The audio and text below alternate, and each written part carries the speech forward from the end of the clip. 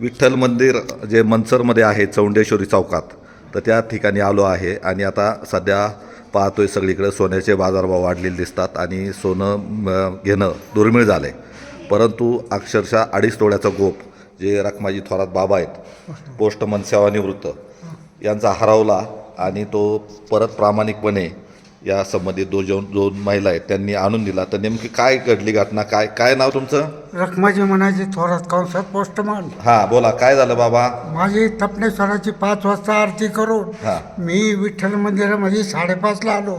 इथे काकडा चालू होता. हां. राजू महाजन पांडुरंगाचा काकडा करीत होता. हां. मग काकडा ओवाळला मी. हां. काकडा ओवाळून पायरीवरून खाली उतरलो. इथे काकडा चालू होता. भजनामध्ये बसलो. हां. भजन सुटलं.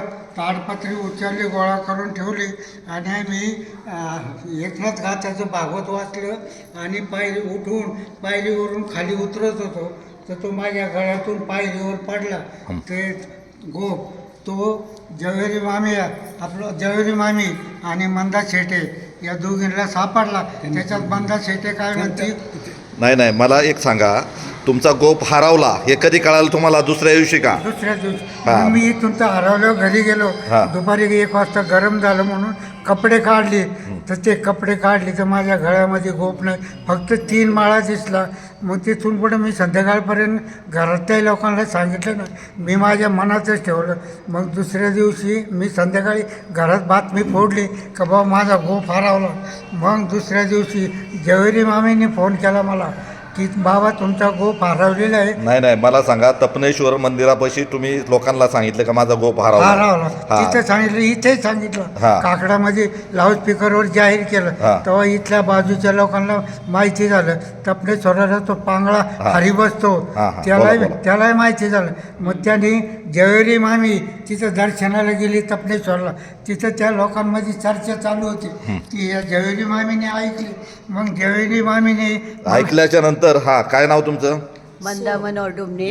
एक मिनिट, काय नाव? सुवर्णा किसन जवेरी. बरं, नेमकं काय झालं, कसं झालं, तुम्हाला कुठं सापडला?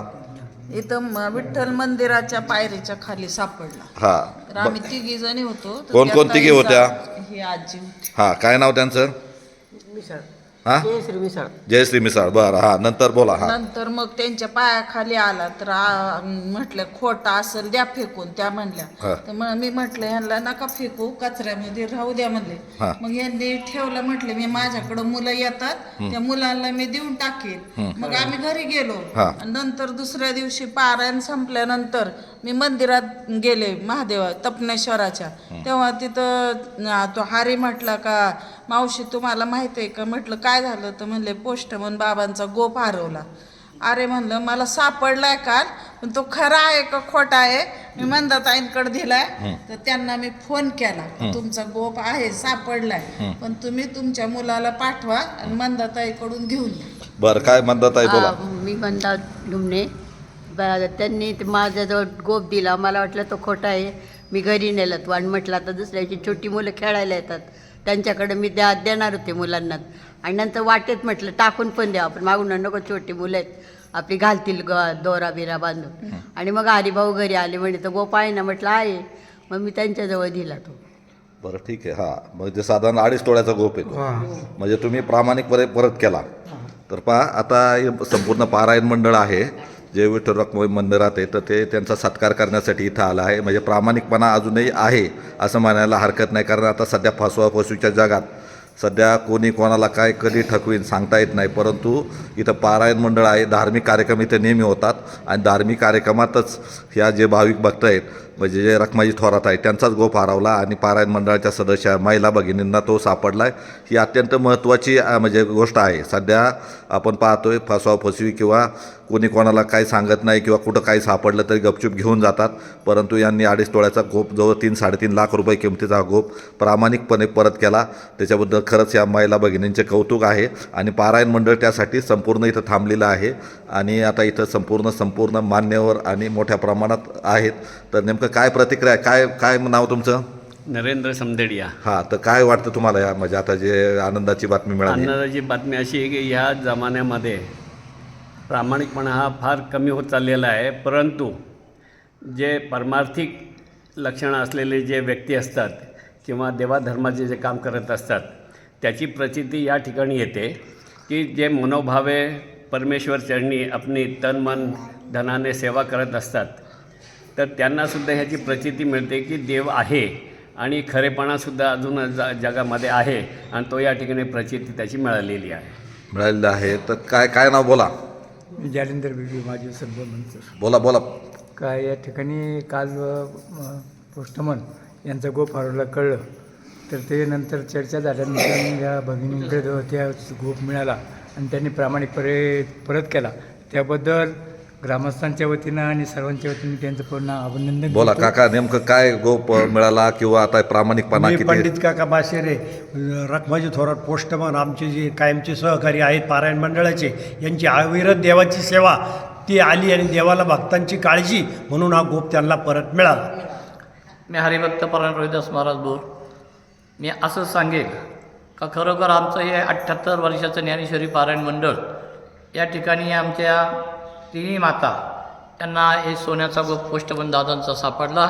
आणि मी आता असेच सांगेन का माऊलींनी त्यांना अशी छान बुद्धी दिली, अशी बुद्धी दिली का प्रामाणिकपणा आहे म्हणजे ज्ञानेश्वरी वाचल्यानंतर माणूस प्रामाणिक होतो एवढंच मी सांगेन. कारण सोने नाणे आम्हा मृत्युके समान, आम्हाला त्याची काही एक नसेल त्या प्रामाणिकपणाने त्यांना दिलाय.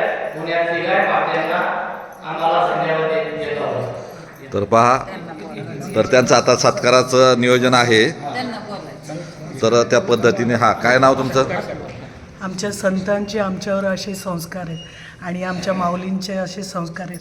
त्याच्यामुळे आम्हाला कोणतेही परद्रव्य आम्हाला नको आहे, ते आम्हाला मृत्तिके समानच आहे. आणि आमच्या संतांची अशी तुम्ही प्रचार प्रसार तुमच्या माध्यमातून व्हावा. चला सत्कार इकडे या, पुढे. या मातेने आम्हाला जे प्रामाणिकपणे दाखवला म्हणून आमच्या पारायण मंडळातर्फे त्याचा छोटासा सत्कार एक निर्बंध आम्ही करत आहोत. यांचा त्यांनी स्वीकार करावा आणि असंच भगवंताने सर्वांना असंच प्रामाणिकपणे राहण्याची ताकद देऊ हेच ईश्वरचरणी आम्ही प्रार्थना करतो. थांबा.